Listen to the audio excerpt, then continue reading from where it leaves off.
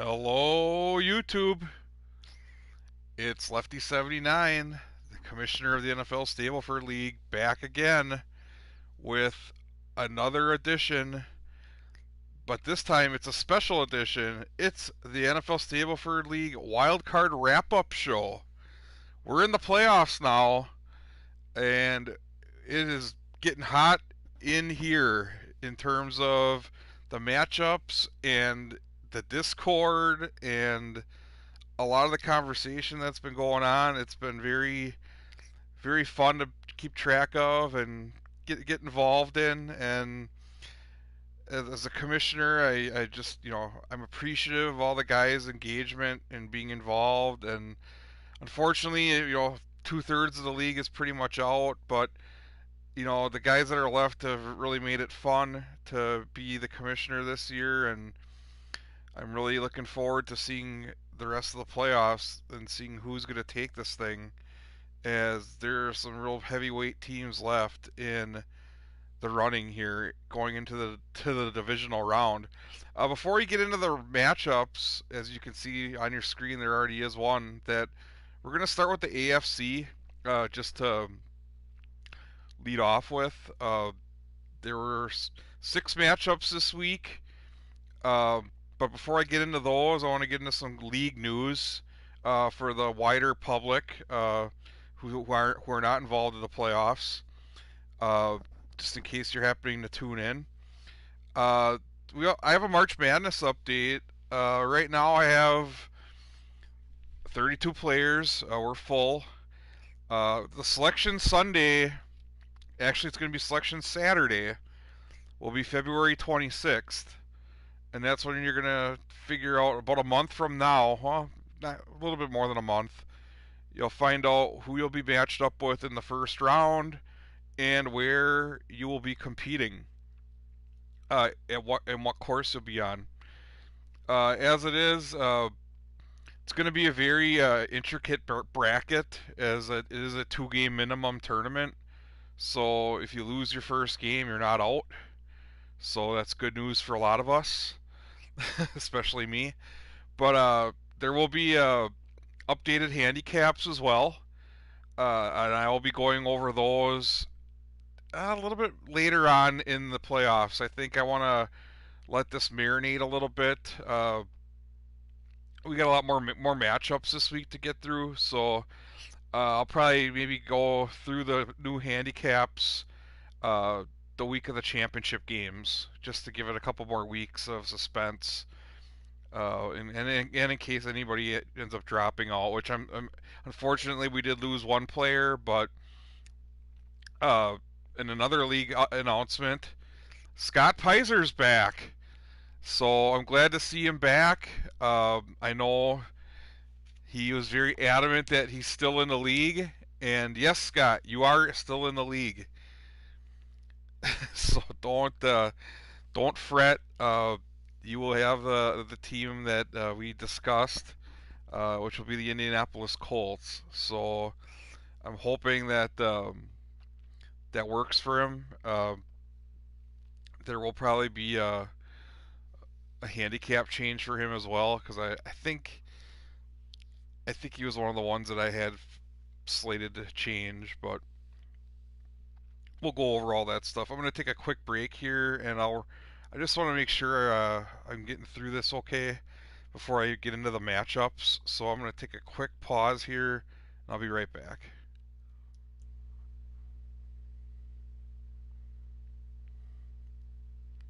I'm not on. I'm not on air. Good.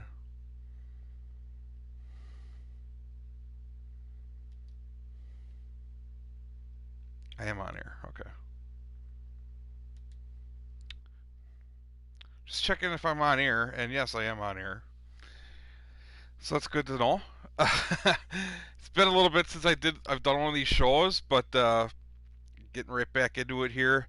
So yeah, Scott's back in the league. The former Cowboys owner is now the Colts owner. So he went from riding the horse to being the horse. So nothing wrong with that, I guess. But he's still in the league. He's just gonna switch conferences, and he'll be in March Madness, as I believe he already committed to that.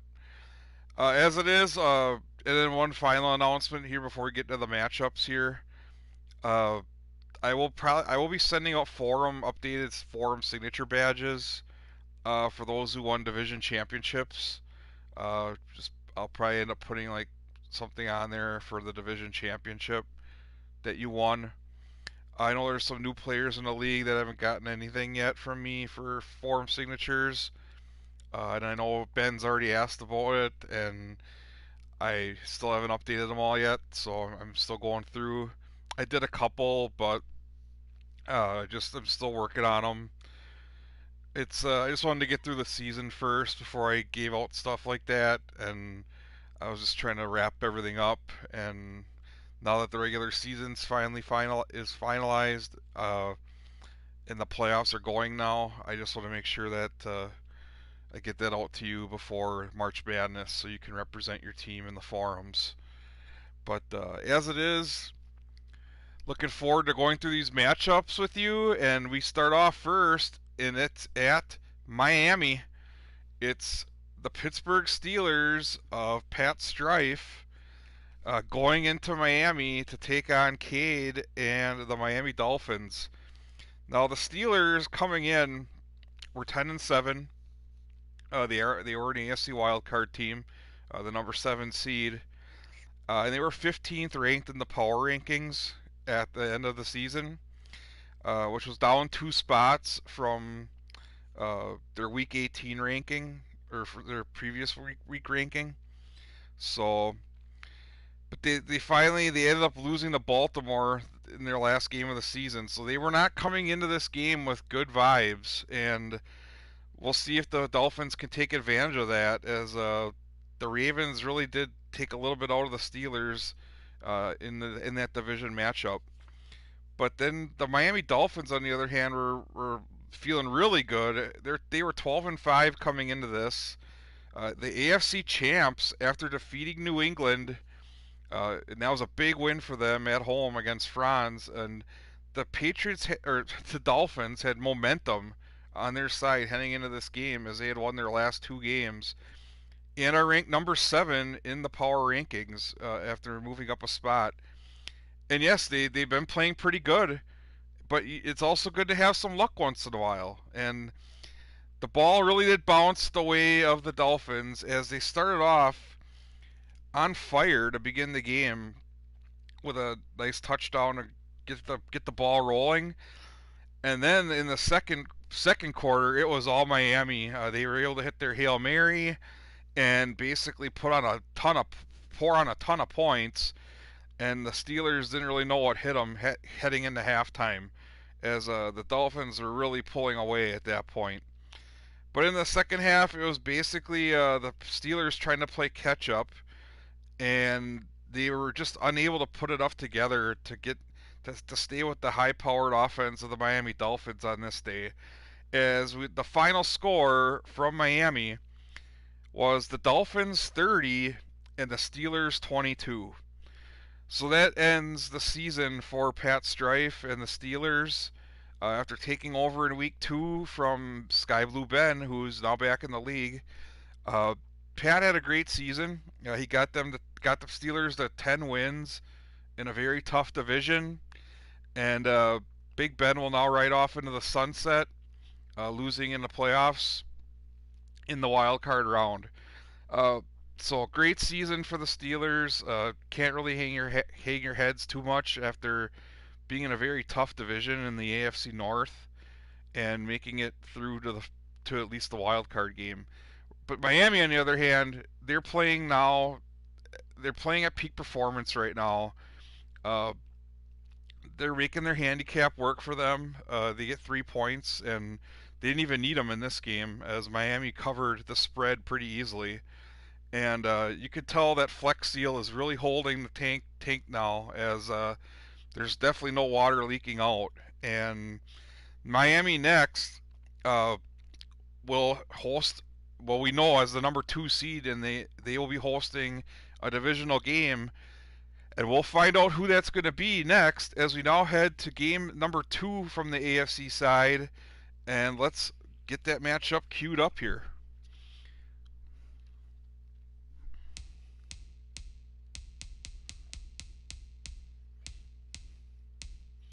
We got the New England Patriots of Franz taking on and going cross country to the Los Angeles Chargers of Bino. Uh, Mike Rubino hosting this game after winning that AFC West on the last week of the season. That was a big win at Las Vegas to sew up that title. And the Chargers are 11-5-1 heading into this game as the AFC West champs, number 8 ranked in the power rankings to end the season. So definitely riding a little bit of good momentum coming into this game. Whereas Franz, on the other hand, the Patriots were definitely wounded after losing in Week 18 and losing out on that chance to win the division of the AFC East. But as it was, the consolation prize was the wild card spot. The Patriots ended up 11-6. They ended up ninth in the power rankings. So these are two closely matched teams. I mean, the Patriots are 9 and the Chargers are 8. And as it is, the Patriots, after losing at Miami, both teams ended the season on the road and both had 1-point games. But the Chargers were on the good side and won their division, and the Patriots unfortunately were on the bad side and didn't win their division. So two teams with different fortunes heading into this game, and it's all going to be on the line as the Chargers did win the earlier matchup between these two teams in the regular season. And now will history repeat itself as we now head to the wrap up here as the Patriots came out really really hot early to a nice lead. They were playing solid right out of the gate, and the Chargers were a little bit they were reeling. They were down, but as it was, the Patriots barely ended the first half with the lead as they were unable to capitalize on the Hail Mary at the end of the half, whereas the Chargers were still trying to find their way back into the game. As it was, the Patriots then started off really slow in the second half. They just couldn't get anything going, and the Chargers started to turn it on at home. And this is, I think, where the home field advantage started to kick in, as the Patriots just really were kind of on fumes at this point, and they weren't really able to put anything together as the game continued. Whereas the Chargers did just enough and were able to pull out a 26-24 victory at home to move on in the AFC playoffs. So that sends the Patriots home. So right now both home teams hold serve in the AFC, and we'll see if that continues with our next matchup from the AFC in Wild Card Weekend. But as it was, the Patriots just not enough. Gave it a great effort. They came out hot in the first half, and I thought that was really what was going to propel them. But unfortunately for them, they just ran out of offense in that second half, and the Chargers were just solid and were able to put together a 2-point win. So the Patriots end their season on a sour note, but got to give them credit for the effort, and will now look to the off season and to March Madness. As in the Chargers, on the other end, Mike Rubino has been a big surprise this season. Uh, the 2 points of handicap were the difference in this game, and he made it work for him. And the Chargers move on because of that. So next for them in their playoff journey will be a trip to Miami for the divisional playoffs, and that's going to be a very intriguing matchup as both teams, uh, I would say, have overachieved this year. But you know what? They're division champions for a reason, and they've been playing solid all season long. And I expect I expect a shootout in some pretty good weather down in Miami. But the Chargers will now travel cross country and will look to try to get their bearings down in the Sunshine State. But that will be a big matchup for the divisional playoffs next week, and I'm looking forward to seeing which one of these two teams is going to move on to the AFC Championship game. Will it be the Chargers or will it be the Dolphins? I don't know if anybody had these two teams slated for this before the season started, but that's the beauty of the NFL Stableford League this year. There was a lot of uncertainty, there was a lot of anxiety, and some of these matchups just came down to the wire. And speaking of uncertainty, we're now going to head to our last AFC matchup for the week, and let's get that queued up.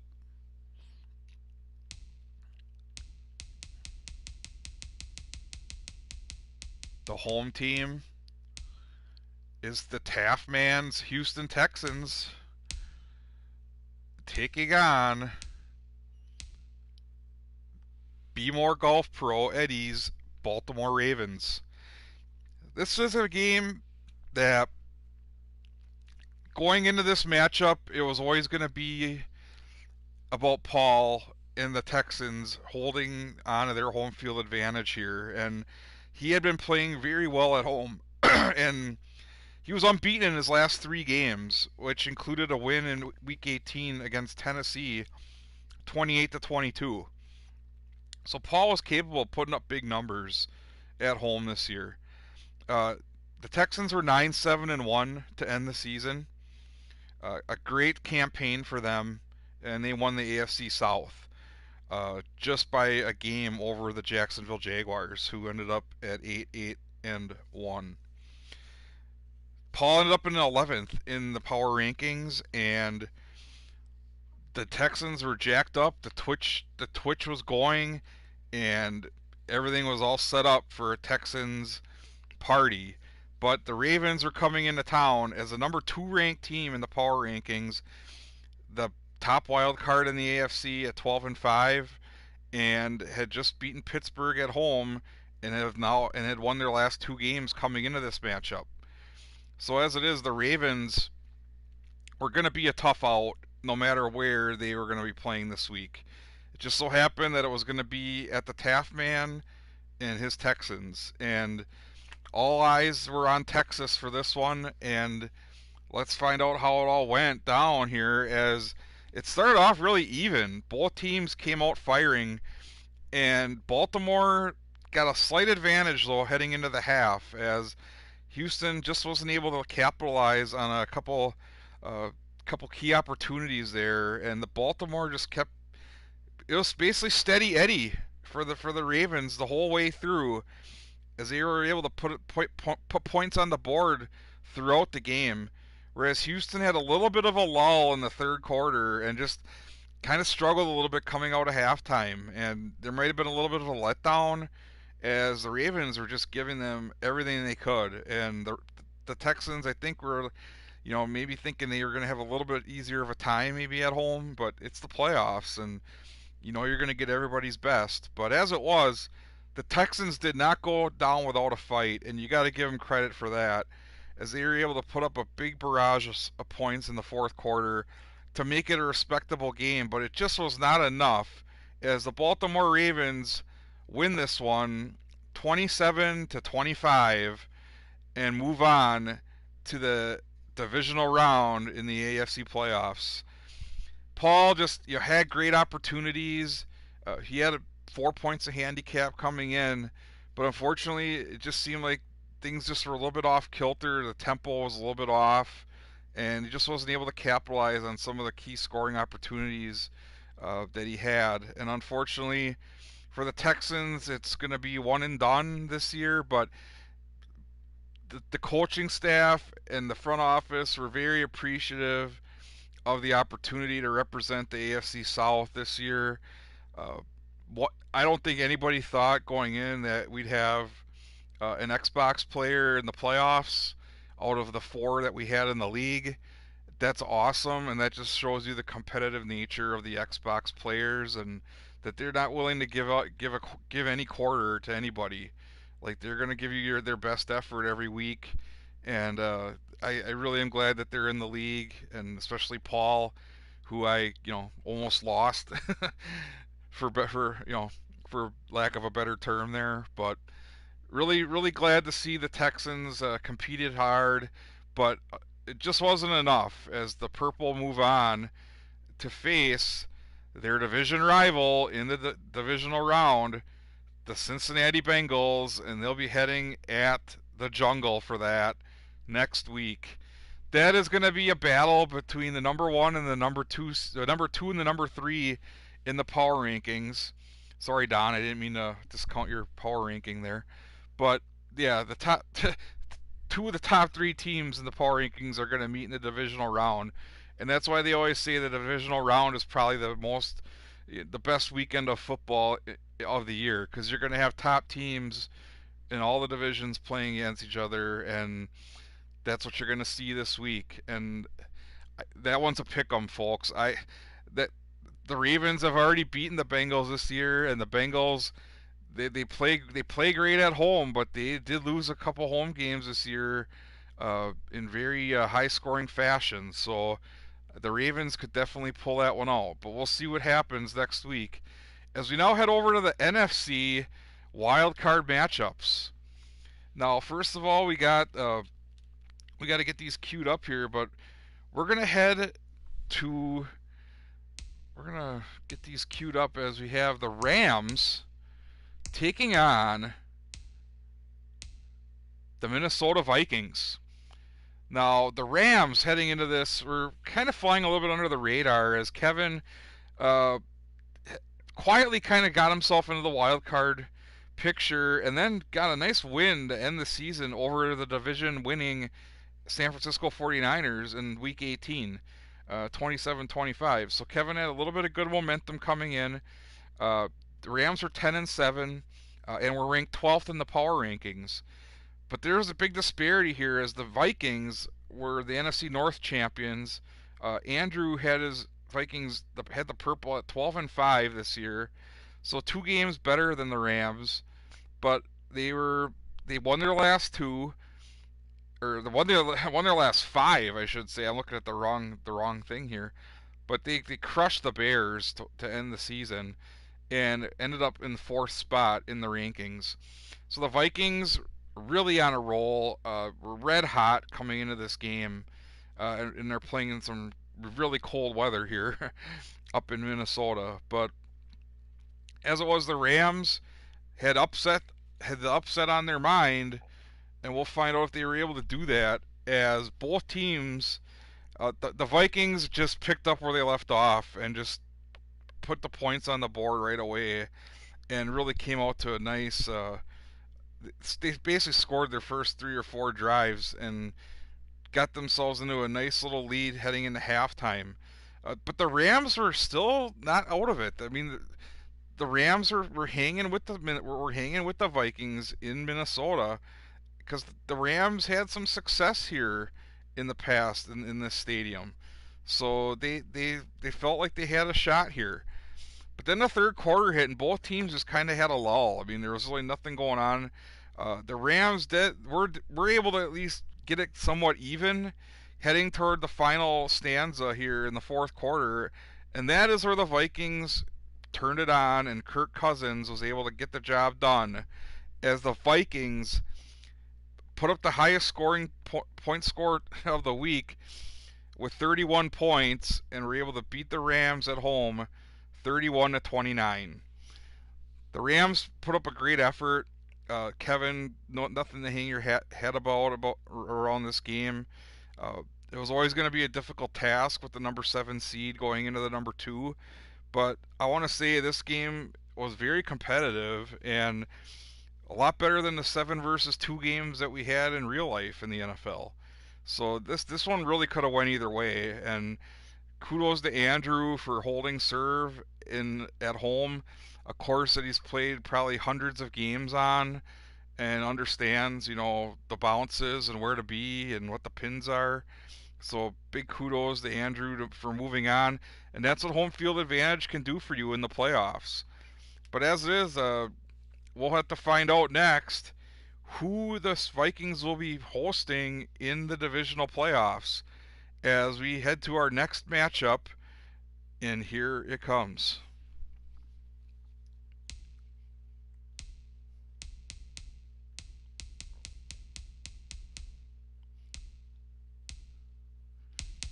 It's the San Francisco 49ers hosting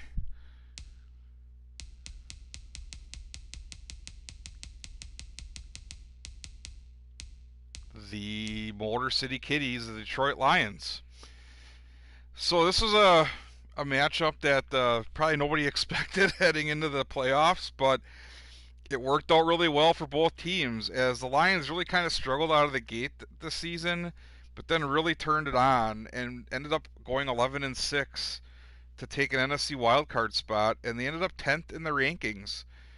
And they had beaten Green Bay to end their season and had won their last 6 games, so they were on fire. The Lions were heading into this one, and all odds were on the away team taking this thing, as the 49ers are really slumping heading into this one, as they were the NFC West champs. I mean, they basically limped to the finish line at 11-6, but they knew they had enough to take the division, so could have rested their starters, could have, just done some different things, but as it was, they had lost to the Rams previously in Week 18 and had lost their last 3 games and were ranked 14th in the power rankings.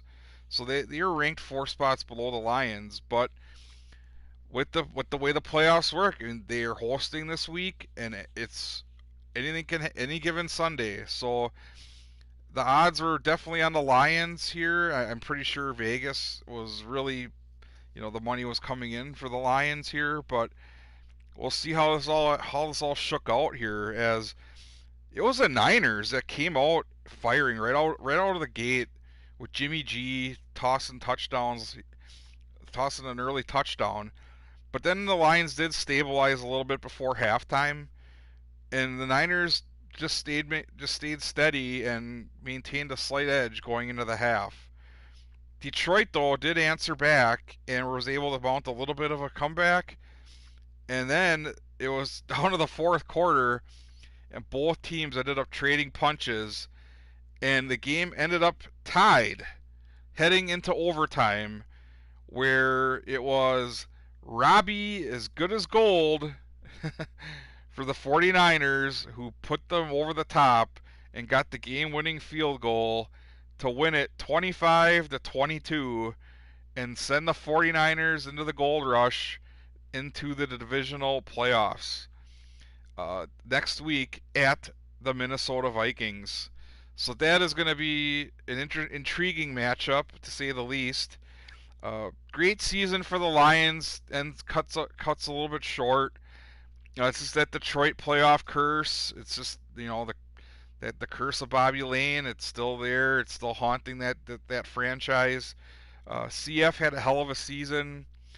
Tough opponent. I mean, I play him twice a year, so I know.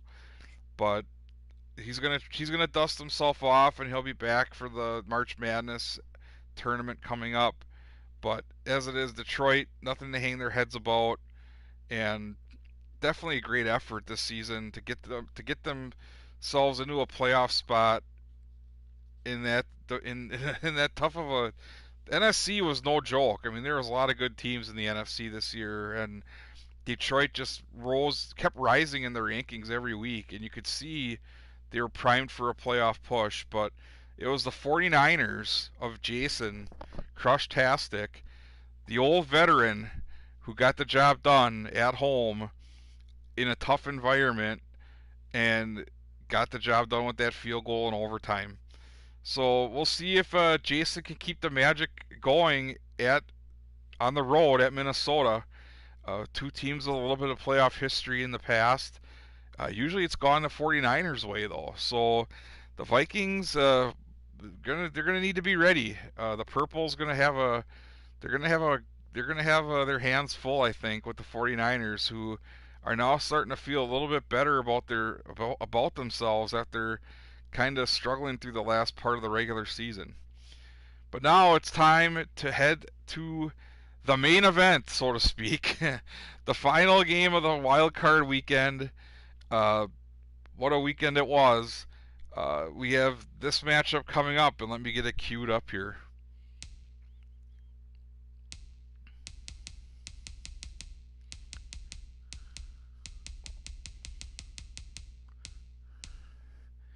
It's the Washington football team heading where? Where are they going? Who are they playing? They're heading south to Tampa Bay to take on the Buccaneers. Now, this is a battle of two rivals, but they're also good friends too. But we'll see. Are they good friends or are they better enemies here? But as it is, both these teams were riding really high heading into the playoffs, and it was a shame one of these teams was going to have to go home after this week. And we'll find out shortly just which team that was. As it was, the football team was 11-6 heading into this one. Uh, Zach had been uh, as ranked as high as second, but he dropped 3 spots after that loss to the Giants in the last week. Uh, but top 5 is still a great ranking for a team that was a wild card team.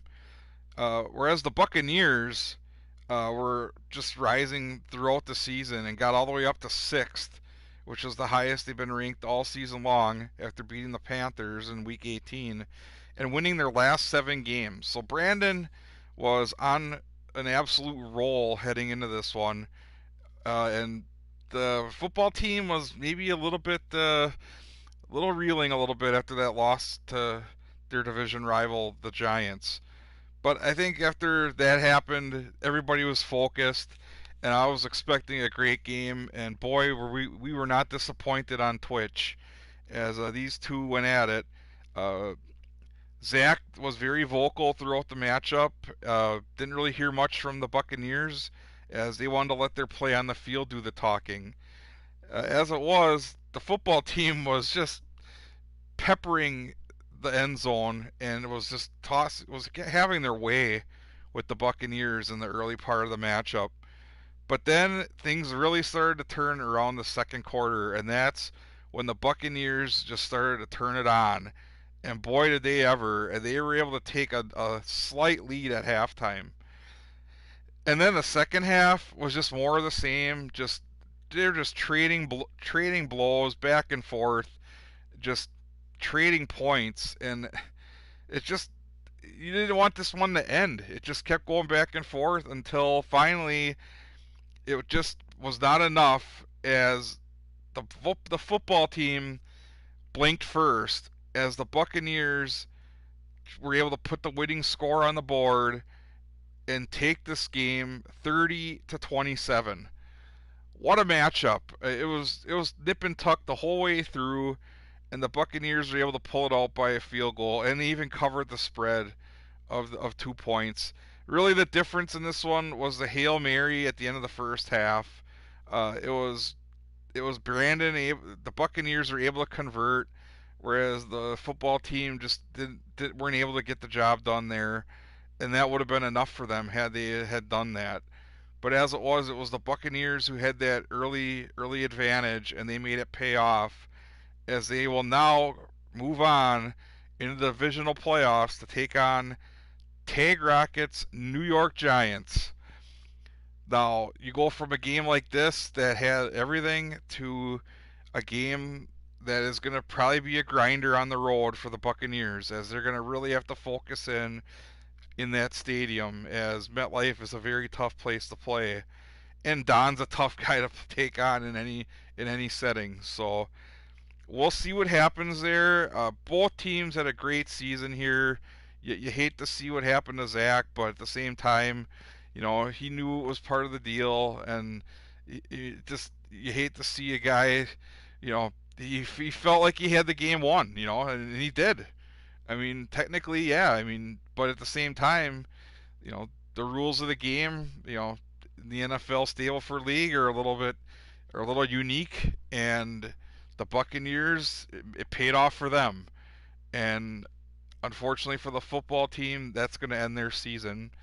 Uh, Again, with another playoff heartbreak, as they were really wanting to get that rematch on the road with Tag Rocket, but it wasn't to be, as the Buccaneers are going to get another shot at Tag Rocket after dropping one earlier in the season to him. But we'll see if the Buccaneers learned anything from that one and if they can apply that knowledge to the divisional playoff next week. So we got 4 great matchups coming up. To recap, in the AFC, we got the Chargers at the Dolphins, the Ravens at the Bengals. It's just two great matchups there. It's all the top, all of the. It's basically you got the one, the two, the three, and the five remaining over there in the AFC. And for the NFC, the seeds all held as well. So it's going to be the 49ers at the Vikings and the Buccaneers at the Giants. Wow, those are going to be four really great matchups. I'm looking forward to bringing those to you in another recap next week around this time. Might be a little bit earlier. We'll see what happens if the games get finished before too late. But this past week, it pretty much went down to the wire as we were waiting on a couple games to get played. But as it is, I really, the playoffs are always an exciting time, and I know it's good for some of the teams just to get that break, as it is a long season, and I really am looking forward to seeing everybody coming back for March Madness going forward. But the playoffs are just a fun time to just relax, and if you're not in the playoffs, it's always fun to watch them, and if you're in them, it's just, I'm sure, I mean, like I was last year, it was a rush to be in it every week, and eventually, the ride does stop, but for one team, it's going to stop with a Lombardi trophy in their hands, and we'll find out in just a couple short weeks which team that's going to be, and I will be with you to recap it every step of the way. But as it is, I'll have more news next week about March Madness and the game sites that we're going to be going to. I do have courses picked out, but I'm not exactly sure if they're going to be the ones, because I'm trying to pick ones that aren't on the tours at all, and you never know when that's going to change or when they're going to announce the schedule for some of the other. Like, I know I'm waiting on Platinum to announce their next 3 or 4 courses before we start up. But as it is, I think I got some good picks here, and I'll have some alternates ready as well. But I'm shooting for variety. There's 14 different types of themes for courses, and I'm shooting for one of each. If I can get one, I'll try to do that. But I'm also trying to go with the theme of where the games are going to be played in the NCAA tournament in March Madness, as the 9 cities for the first and second round, or actually there's 8 cities for the first and second round, and then there's 4 regional cities, and then there's the final 4 this year, which will be in New Orleans. So we'll have a nice Bayou type themed course for that. Now, I'm not giving away any of the courses yet, but this is like, I'll give away the cities next week. You can look them up for yourself online if you want. But I don't want to read through anything with the cities quite yet. But I'll have courses probably announced in the next couple weeks. I was gonna wait till the wild card or till the championship games to announce some of the more March Madness news and the handicap changes as well. But I really thank you for joining me today. I hope you enjoyed the wild card wrap up. It's the first time I've ever done this, and I was gonna go over like the score by quarters, but it didn't make too much sense to do that. So I just wanted to kind of recap how the action went, scoring wise, like in relation to an NFL game, and just I kind of took the scores of the games and went by that. So hopefully it was a fun to find out along the way who won these games, and all the teams involved in the playoffs. Hang your heads high. Uh, to make the playoffs in this league this year is an accomplishment, uh, as it is any year. But this year, I think even more than the others, because of the level of competition that we have right now in the league. But again, this has been Lefty 79, uh, the commissioner of the NFL Stableford League. Thanking you again for joining me, and I will see you down the road. Goodbye, everybody.